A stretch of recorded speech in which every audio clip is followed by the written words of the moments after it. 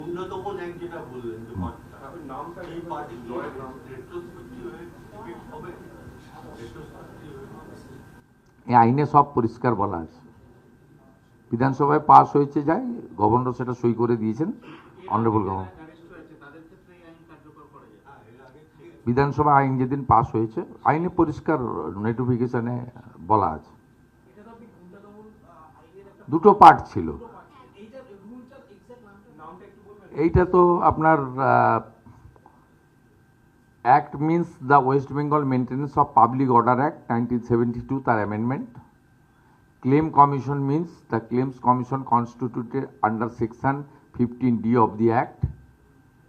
Claim petition means a petition presented under Section 15A or Section 15C of the Act. Form means form amended of this rule.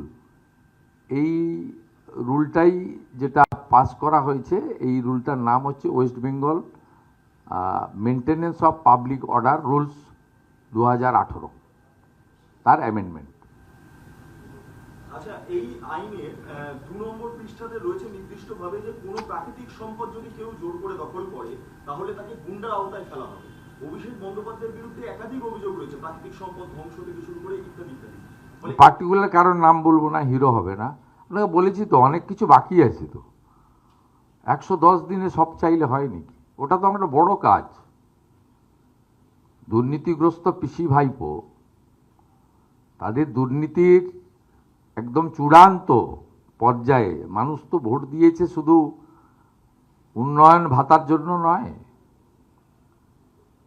চোরেদেরকে চরমতম শিক্ষা শাস্তি দেওয়া, তাদের সম্পত্তি বাজেয়াপ্ত করা, সেই বাজেয়াপ্ত করা সম্পত্তি অকশন করা, নিলামে চড়ানো, সেই নিলামের টাকা সরকারি কোষাগারে জমা করানো, এসব অনেকগুলো এজেন্ডা দিয়েছে। তো এত তাড়াহুড়া করছেন কেন? 60 মাসের জন্য তো জিতিয়েছেন, 110 দিন হয়েছে তোমার। মমতা বন্দ্যোপাধ্যায় ফেসবুক লাইভ করছেন এবং বলছেন আমায় যদি মহিলাদের নিয়ে নামতে না দেওয়া হয় আমি সন্ন্যাস গ্রহণ করব। মমতা বন্দ্যোপাধ্যায় বলছেন আমায় যদি মহিলাদের নিয়ে নামতে না দেওয়া হয় আমি সন্ন্যাস গ্রহণ করব, এবং 5 ফিটে যে দুধ কাণ্ডটা যেটা ঘটেছে তার প্রেক্ষিতে বলছেন যে সংশ্লিষ্ট পরিবারের দায়িত্ব তিনি নেবেন।